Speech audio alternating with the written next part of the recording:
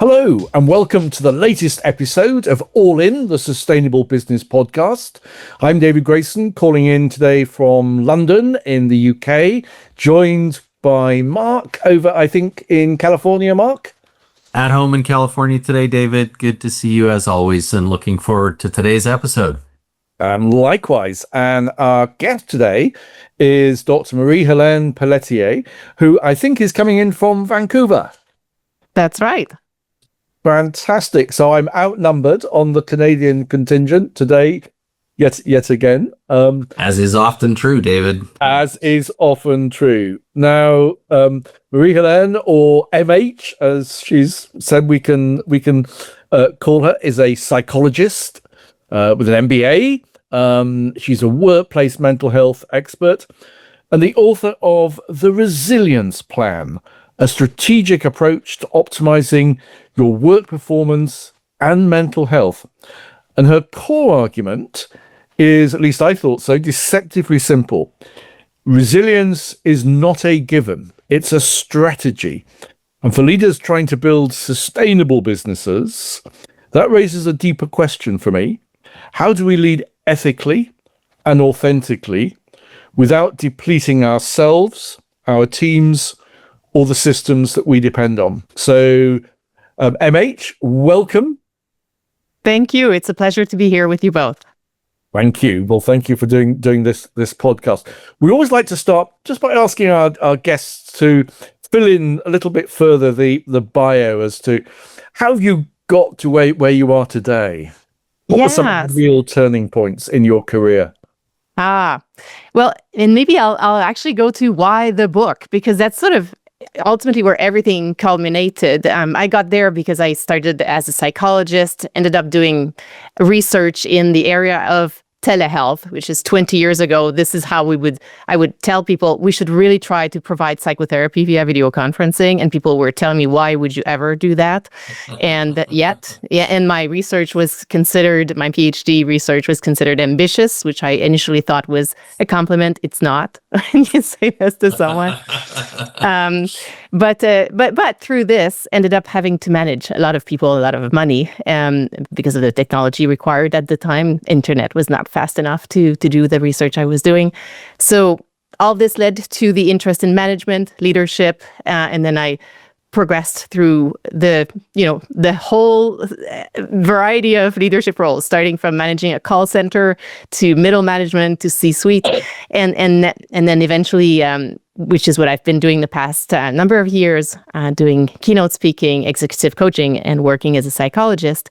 But this combination led to me working mostly with professionals, leaders, and entrepreneurs, because they were looking for the psychology angle with the understanding of the business side.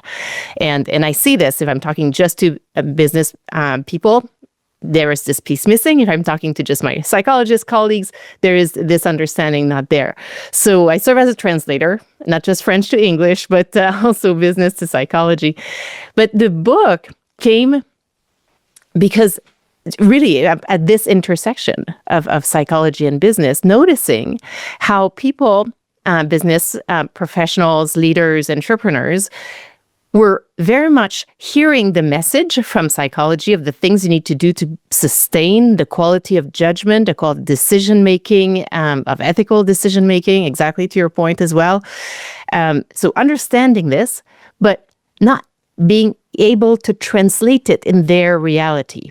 And the short answer of how do we do this is by using a strategic approach, which takes your context into account, each of our contexts, which then customizes and personalizes how we do this, which then makes it effective. And you start the book with this story of the river crossing. And it will be good for you just to enlighten our viewers and our listeners as to what that story is all about and what it really summed up for you. Yeah, it turns out to be full of lessons, that story. I've also shared it in my TEDx, so if you want the fuller version, it's there. But what happened is, so I do a fair bit of mountaineering with friends and with Nick, my husband, as well. And what we had done is we had gone through this 8-day traverse in the Canadian Rockies. So you go in somewhere and 8 days later you come out. And but for a number of reasons, after 4 days of doing this, we actually could not continue and do the traverse. We had to reevaluate, made the very difficult and frustrating, frankly, decision to come back. But what had happened is on day 1 of this entire traverse, we had crossed a river. And when we had crossed it, we were on day 1, fresh, energized, on top of our games, doing all the things, and we were successful, obviously, and then we had kept going. But when we came back, we were in a very different state. Hence, the analogy with the context is different. However, we did not really approach it differently. We did not do any of the things that usually keep us safe. We just said, it's the same river, let's cross it, cross. And then I almost died, drowning into this possible situation. Nick saved me and survived. Yay. But then one of the learnings from this was this observation that, wait a second, in our professional and leadership lives, often when we're at risk is not the equivalent of day 1. Day 1, we have energy, things are going well, we're obviously brilliant, resourceful, all the things, we've done many things before, and we're good. The moments where we are more at risk is the equivalent of day 8, where we're tired, exhausted, many demands are going on. We think things are the same, which is a bit of my argument with AI. You're like, it's sort of similar. No, it's not. But if we use the same strategies as when things are fine, then we're at risk of not doing well, potentially not being able to sustain the quality of our judgment, for example, our decision-making. And then sometimes it leads to unfortunate outcomes. So that's that story. Yeah, MH, I'm glad for the outcome of the story, of course, and and I bet you are as well. It must have been quite a trying time. But also thinking about the day 1, day 8, there's something in here that is about over the long term, and it made me want to ask you to define resilience in the context of your book and your experience. It seems like it's about, enduring over time and performing well over time. But instead of me putting words against us, can you tell us what resilience means to you so that as we explore it, our viewers and our listeners can understand kind of where we're taking them? Yes. Thank you for asking this, because we assume it means a number of things. And in fact, even the academic literature has a number of different definitions and has evolved over time as well.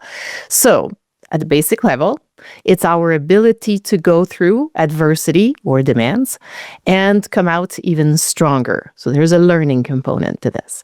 Now, initially, it was very much defined as an individual state, but it actually is not just that. Especially in the work context, we want to think of resilience as a systemic concept, meaning that we have our individual resilience, our individual ability to go through adversity, come out even stronger. But there's also the teams that we lead, the teams that we're in, the overall organization we're in. Even the moment in time is having an impact on how this entire system will be resilient. So that's the definition. The systemic aspect is very important, because if we stay with the individual perspective, it's very misleading and risky, actually. It makes us think that it's all in our hands when it's not. And the other angle that's important is that sometimes in casual conversations, we talk about it as if it was a trait, a personality trait. So you're either that or you're not. And this person is resilient, this person unfortunately isn't. And it's not a personality trait, it's a state. And so a state means it will fluctuate. It also means we can influence it. I would argue we want to influence it, bring it up. And so these are important components of that definition. So collective, fluctuating, lots of elements and dynamism in it. Thank you. The definition helps. And David, I assume you're ready to follow up with the next. And you talk about the distinction, MH, between team resilience and a team of individually resilient people. Do you want to just unpick that a little bit? Both are great. We want both, but sometimes, as a leader, we may think of the resilience of our teams as a group of individually resilient people. It's true; it will help. At the same time, in addition, we also want to think of the resilience of the team itself. So, as a leader, I would say have your eyes on both. And we can discuss ways specifically on how to do this, but you want to look at both. And so when we're talking about the resilience of the team, it's the ability of the team to go through adversity, to go manage all these demands and be successful and come out of it with even more energy, even more capacity to take on more, even more sustainability. I'm probably on the same kind of path. But MH listening and look, considering the book, if we don't assume that resilience is a trait, but that it's something that we can influence, manage, develop, strengthen, what is that difference? What happens when leaders treat resilience as a strategy instead of something that may or may not inherently be there? That's right. Key difference. If we assume it's there, we don't invest in it. So it will be whatever it is. We are giving up our agency in some ways. But if we are considering it a strategy, that means we will proactively, deliberately think about it. We will, each of us, think about it in this moment in time, in our context, and we'll be planful about it. And we will, that's a bit of what I do in my book, use very similar tools to those we use in business. When we're making a decision about bringing to market a new product or a new service, we don't just have a great idea and just say, oh yeah, let's just bring it out. We'll usually have a good idea, and then we'll bring all the strategy angles to that reflection to decide if we're going to bring it out and how and when. Right? We'll say, who else is offering this? How much are they charging for it? Who's buying it? What forces in the near and far future might impact the demand for it? All of this. So we want to use that same approach here on our personal and team resilience, so that it's not just taking the high-level recommendations from book and literature and all this, which they're true, they're very well supported. However, they're hard to land in a life that's already full and overflowing. So in order to do this, we will need a strategy. What are some of the ethical risks if a business leader tries to push through when other people are depending on their judgment, and when actually they are, even though they think they've still got some fuel in the tank, they haven't really for whatever reason? That's right. Well, so what allows us as leaders and people in our teams to be excellent at what we do is when we have all of our resources as high as possible. We're able to think, we're able to manage our emotions, self-regulate, we're able to make good decisions, we're able to step back if we need to, we're able to challenge information that comes our way, we're able to take a moment when AI is making all these fabulous recommendations and say, wait a second, there's an ethical angle to this that AI is saying, just run with it and run fast because it's so wonderful. At our best, we can do all this. When we're taxed, and so the resilience is going down and the demands are increasing, it creates what we could call a chronic cognitive load, overload. Even.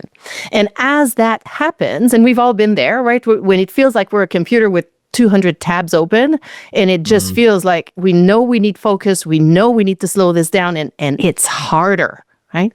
So that chronic cognitive load is having an impact on decision. That's often when people will sometimes express it as decision fatigue, if they recognize it, because to your point, David, sometimes we actually don't. We keep thinking, I'm a resilient person as a trait, therefore it's not being influenced by any of these things. Bigger risk, because now we don't even recognize that the risk is there. But the reality is that increased demands with lower resilience means we're not going to be as great at making decisions. Our judgment won't be as great either.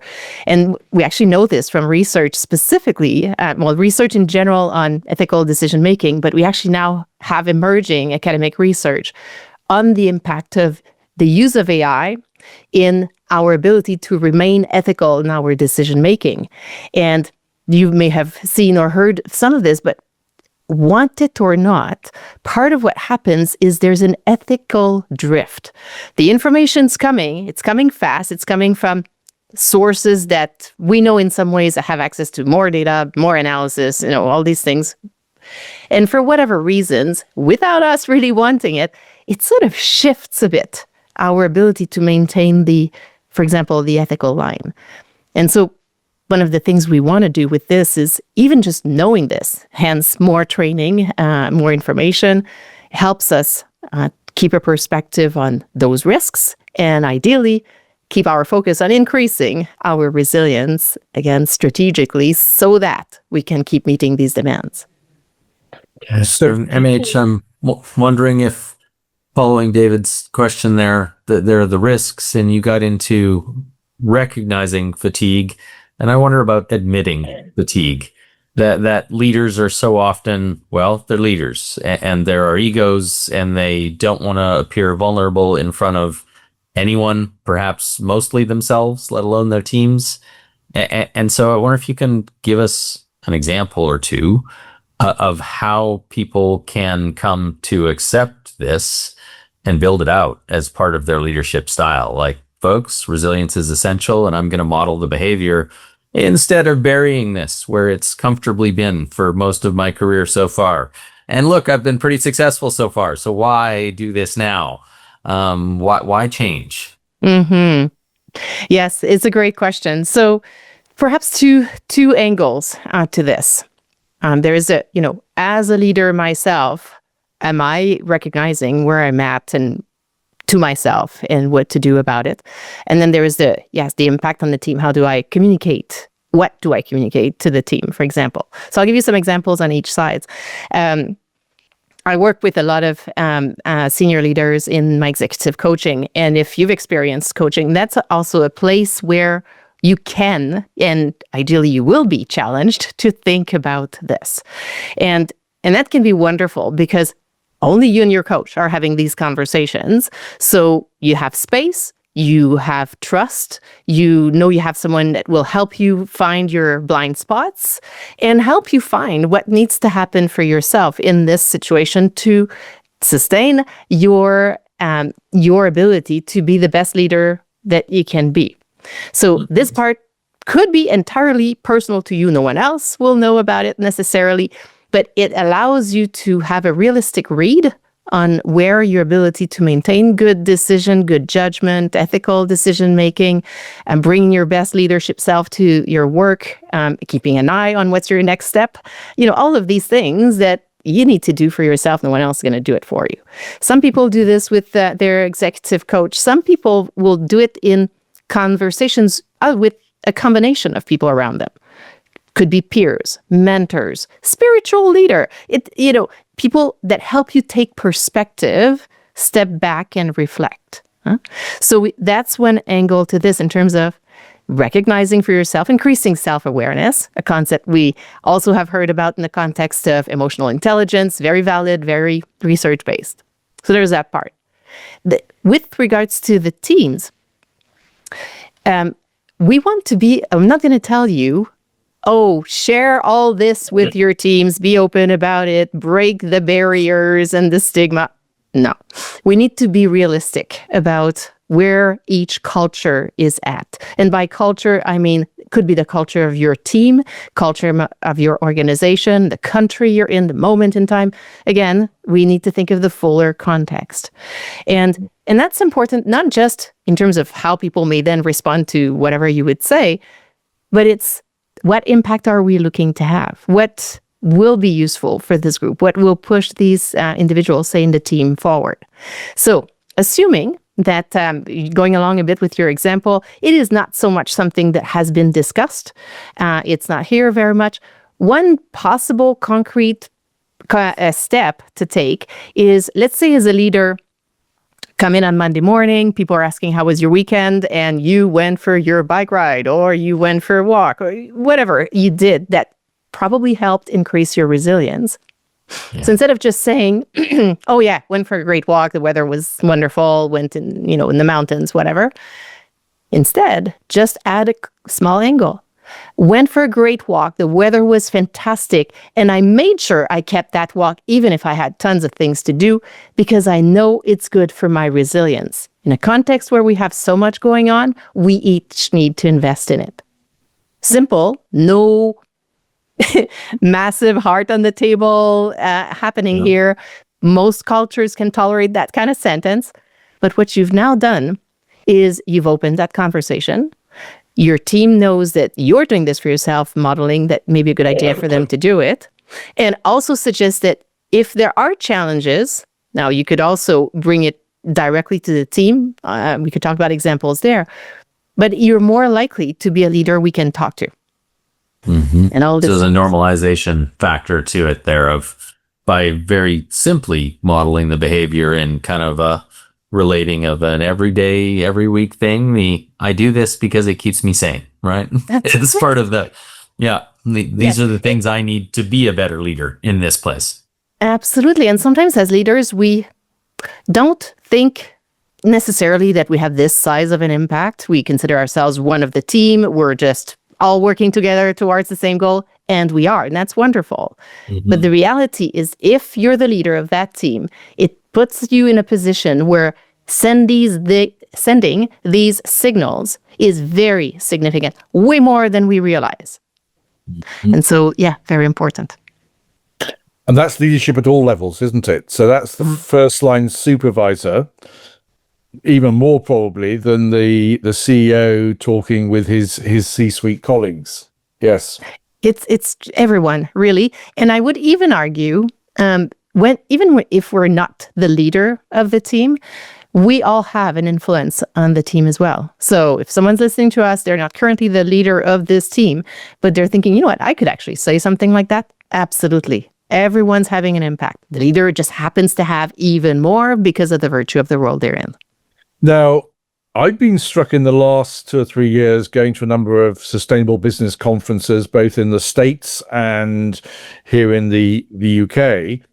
More sessions about how individual leaders in sustainable businesses, chief sustainability officers, heads of sustainability, and so on, have to ensure their own mental health, their own greater resilience, and avoiding burnout, particularly because some of the challenges that we face in sustainable business can feel so overwhelming, so many different things to be concerned with to worry about, and so on. So you could argue that if you are a leader in a sustainability focused role, you're in a business that's committed to improving sustainability, both these demands are even greater. And it means it's even more important to apply the tools and techniques that you're talking about. So could you, MH, give us one or two practical tips about what does a leader at different levels need to do? You gave that very nice, straightforward example of how you can just add the explanation of why it was so important to go for the walk at the weekend and so on. But what are some of the other practical things that leaders at different levels can do? Yes. And you're so right in your just description a minute ago about leaders being in these situations where the demands are so high that it is actually putting them at risk of burnout. And I was actually giving a keynote to a small group of senior executive with an extended Q&A after. And so a lot of that came in that conversation with senior leaders coming in and saying, look, I've got thousands of people waiting for me for these decisions and I can't get to them. And so now I'm feeling this pressure, especially with in some fields, AI's additional opportunities and demands come at a pace that makes this very impactful. And he joked that he didn't know when he would have time to sleep, kind of thing. And that was probably reflecting something that many felt in the room.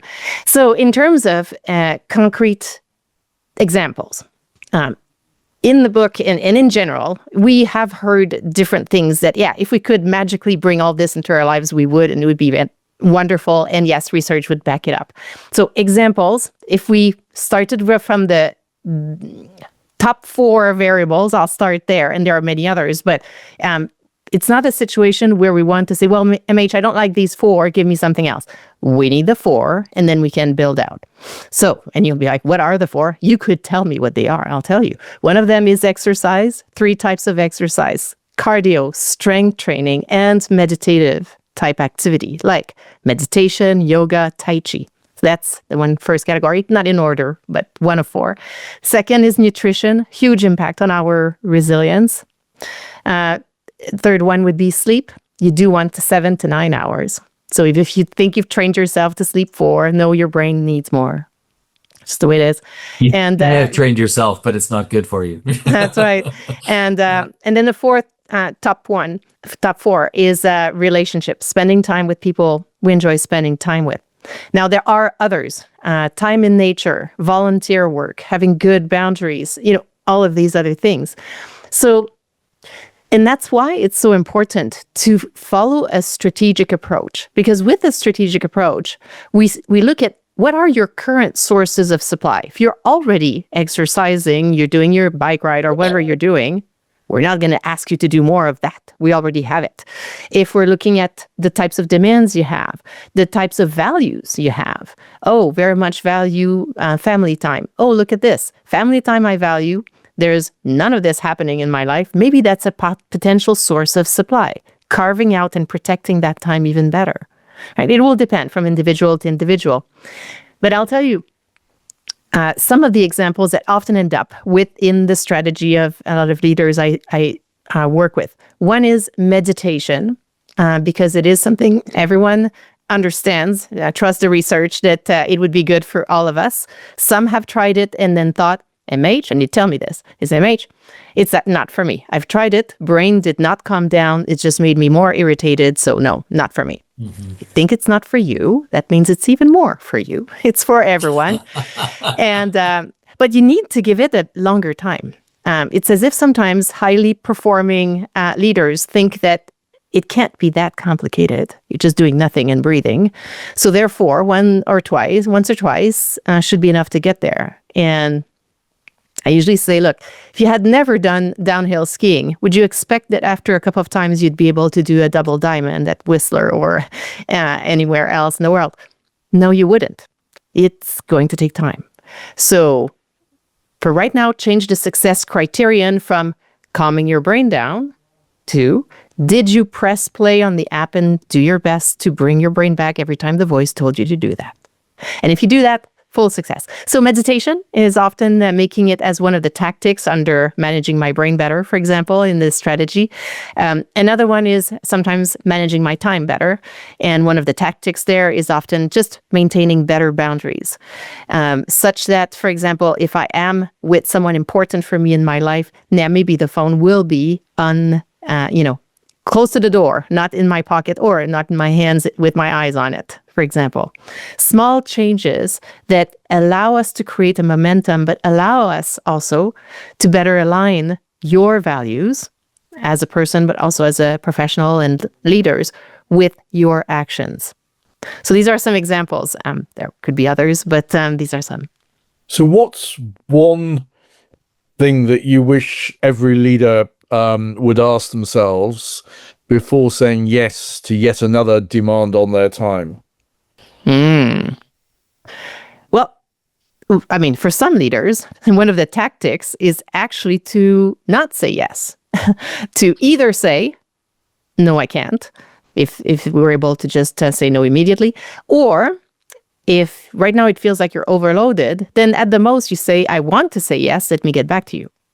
So then at least you've created a bit of space for you to assess your current demands, and can I say yes to this, knowing the other demands you have here. And if it is not a choice, you actually have to say yes because it's coming from your board or an entity that requires you to say yes to this, then It's yes, and let's find the other things that will need to be either delayed to later, pushed to the side, done partially instead of fully, but some kind of management. And I often remind us, we've all, or most of us, and if not, you can imagine, but many of us have worked with project managers. Love project managers, right? Very organized. They will not let you add a demand without mapping where that demand is coming. They will never just say, yes, MH will do that in addition to everything else. They don't do that, right? And sometimes that's frustrating for a leader because all you want is for the thing to get done. So, but we need to think as project managers for ourselves, such that if there is an additional demand, okay, let's map it to where it fits and what else needs to move in order to accommodate it. Mm-hmm. And MH, you've been an executive leader, you coach executive leaders. I'm curious about sectoral or industrial differences. Like, are there certain sectors of the economy where this is more easily accepted and people adopt this and build it in? And are there other sectors where there's more resistance and it's desperately needed? Do you see those kind of patterns? And can you maybe give us examples of uptake and examples of where it's harder to overcome perhaps initial resistance to a different way of managing and leading? Yes. I would say it's more and more seen as, and it started a bit ago, and maybe I'm seeing this also because I'm attracting these types, in my work, knowing, there could be a bias here. Some self-selection going on. Right? People who want to work with you. Yeah. That's right. But I definitely for the past, seriously, 7 years, I would say, people are, senior leaders are seeing it as a differentiator, as something that they invest in proactively to maintain what they bring to what they do. So it's seen as a differentiator that they invest in themselves. And sometimes it's covered by the employer, sometimes it's not. It doesn't matter to them. They see it as part of what they need to do to build it. So I'm seeing that as an overall trend, any field. I've seen it within engineering, banking, tech, of course, manufacturing, car sales. It's fairly broad, actually, that realization that we need to invest in it. I think it's in part coming from children because they are talking about it more in schools and it is coming at home. We're seeing it, of course, much more in the media. We've talked more about it because of the pandemic. So a number of forces are contributing to this, in the world. It's not just in certain parts of the world. I work with people internationally as well. So it's there. In some areas, the shock is even bigger. Say, for example, if you're looking at what attracts leaders in more traditional career paths, say insurance, for example. So predictable, planned, I know what needs to happen. Da, da, da. If we're bringing the amount of demands that we're receiving from AI, the shock of these demands is bigger now than anything they've seen in the first couple of decades in their career. And so the need is even bigger here. But I wouldn't say I'm seeing a lot of resistance with it. And again, they invite me to speak to them as a group. So we're seeing it. I'm creating a context where people feel comfortable talking about it, perhaps too. But the reality is that even when people decide to use it as a differentiator, even if we're having, say, maybe a group conversation as leaders, it is still something, to your point, that is not mainstream conversation comfortable. It's still not that. It will probably be that, give it a few more years. However, for right now, lots of things we can do, lots of alignment with wherever any culture is at, so that we can help ourselves and people around us. Mm-hmm. You cite in the book NAV Canada as an example of organizational resilience, identifying employee capacities and demands on them, evolving mental health strategy and so on. Could you just explain a little bit more what you think other organizations can learn from that particular example? Well, that is such a fabulous example. I'm so glad you're bringing this up, David. So NAV Canada, for everyone with us here today, is the organization that manages all the airports in Canada. And there are quite a few, like over 100, even though you'd think, we only think of the large airports when we think of Canada, but there are many. And so the air traffic controllers, for example, are within NAV Canada, and a number of other roles, very technical, very stressful, demanding, all of this. And early, now we're talking more than 10 years ago, they realized that they wanted to invest in the mental health of everyone working at NAV, in part because finding these people is hard, keeping them is hard. And if they go off on a sick leave, for example, it takes a lot of work to bring them back and to replace them while they're not here.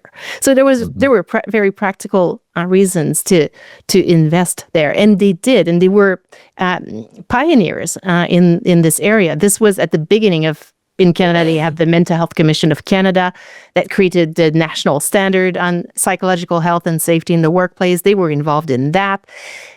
The point, one of the things that's wonderful with their example, and there are many, but one that I think we can all learn from, is that they didn't start with all the things that they now have. They started with, let's make something better here. And they worked on creating this, and they assessed how that was received and used. And for them, they had what many organizations now have, an employee and family assistance program. They just started to look at, are we using it, and realized they were not. So then they said, okay, how can we help our general employee population, or everyone, use it more? And then they tried different ways, and then they found an approach that worked very well for them. They created a peer support program where people internally who had dealt with a mental health issue themselves were supported. It's very organized. It's not just randomly happening, but we're there to be outreached to by others, to ask questions, to connect them with resources. And that worked out very well. The first year that they ended up implementing that peer support program, thinking only a few people would raise their hands and offer their help, they had way more, probably, I don't remember exactly the number, but it was something like 10 times more people than they thought they would have. And then, of course, it was very successful. The point is they were adapting, measuring, adapting, piloting new ways of doing this. Again, right? Very similar to what we do in business about anything, and what we need to do to be successful with our implementations of AI. But we need to do it in this area as well. And MH, if I can just tuck something in, and I'm thinking with a name like NAV Canada, and with the way air traffic control and airports work in many other countries, people may not realize that it's not a government entity, but that it is a private entity instead. And so if folks were like, oh, it's different in government, what about the private sector? I just want to underscore that Canada privatized air traffic control and running airports a while ago. So unlike in the US, where every time Congress fails to pass a budget, we end up not paying air traffic controllers who are already stressed enough. This is a different approach to running the system, and of course, an incredibly stressful work environment with literally lives at stake, and couldn't imagine a better place for this to be applied. I do wonder, MH, different question, different tack, which is just, what are the pitfalls? What goes wrong? How do people who are actually determined to build resilience themselves or into their organizations go about it in ways that are not helpful, or that undermine the very thing they're trying to deliver? Sometimes it's trying to go too fast, and to simplify it, and to think that it's just a matter of having a program and telling people to use a program and leaving it at that, which is true for so many other initiatives, right? When we want successful initiatives, successful change initiatives about anything in our workplaces, the successful ones are when we actually took the time to think of a strategy for how we were going to do this, map it out, have our tactics, and then go and assess how it goes and adjust as we go. So similarly, organizations that are more successful will have an actual mental health strategy internally. And that strategy maps to the business strategy of the organization. And we'll have the usual strategic frame. So if, say, we've never had a mental health strategy in this organization and we want to start one, okay, we're going to go to our HR partners. That's often where it lives. We're going to, and ideally, they will connect what they create with the business strategy here. And let's say there's the first one. It will likely involve increasing knowledge, some training. It will likely involve increasing communications. And it may involve some kind of real stories and modeling and connection with the importance of paying attention to this. And then over time, it depends which culture. I'm just giving you examples of what some have done. Then you see how it goes. You adjust over time. And it may be that in a few years, this strategy will evolve in something else. But a mistake would be to just, we've heard maybe the sentence, but it truly fits to call it a random act of wellness. So we're just throwing things out. It looks like we're checking a box and it's not even checking that box. So nothing's happening. So again, there being strategic is very important. Mm-hmm. And certainly one of the things that has worked in the UK in recent years, picking up that point, MH, about training, is to train volunteer employees as mental health first aiders, just like historically lots of organizations have trained volunteers in their staff to deal with physical immediate first aid issues. Because what I'm hearing is it's all very well organizations investing in their people, in people development, to equip people to have mastery of their jobs, and then giving them autonomy and making them feel motivated to be part of what the organization is all about. If they're not also checking in that in creating a great deal of energy, they're not also creating so much of a sense of we have to get the job done that it comes at a price which is not sustainable for the people concerned. We're about to wrap up, but just before we do, MH, just as a final kind of upbeat thought for our viewers and listeners. If sustainable businesses are really about creating long-term value without depleting their people or their systems, would you say to any leader they should be doing differently tomorrow? Well, read my book. No, okay. And implement it. Most important. Yeah. You know what? Actually, if you want, in the show notes, I can actually share worksheets that are connected with the book, but they're very self-explanatory. They can be used without the book or with the book. So, and they're free. So, you can use them yourselves, in your teams, people in your lives. That's there. Point is, we need to take action. We cannot just think about this, think it's a great idea, and move on with continuing life exactly the same way. We need to do things differently. And so that leader, I would say, at a higher level, I would say stay curious. Be looking for your next action, the thing you will do differently yourself, because that's your strongest way to send a message is to model it. And look for your next opportunity to help your team. So stay curious about this. But if we're being very concrete, I would say download a meditation app and start. Like now we can do it. And if you are not going to do that, then even more concrete, practical, if we need to. Each time you wash your hands, 5 deep breaths. That is one way to very gradually start slowing the brain down. And we're doing this many times a day. So that may be a way to start. But you need to start with actions. It cannot just be a great idea. That's great. And I think we've really expanded today our understanding about what do responsible employers do as an integral part of building and leading sustainable businesses. So, Marie H., thank you very much indeed for your time today. It's been a pleasure talking to you. A pleasure here as well. Thank you. Thank you. Much enjoyed, MH. Thank you.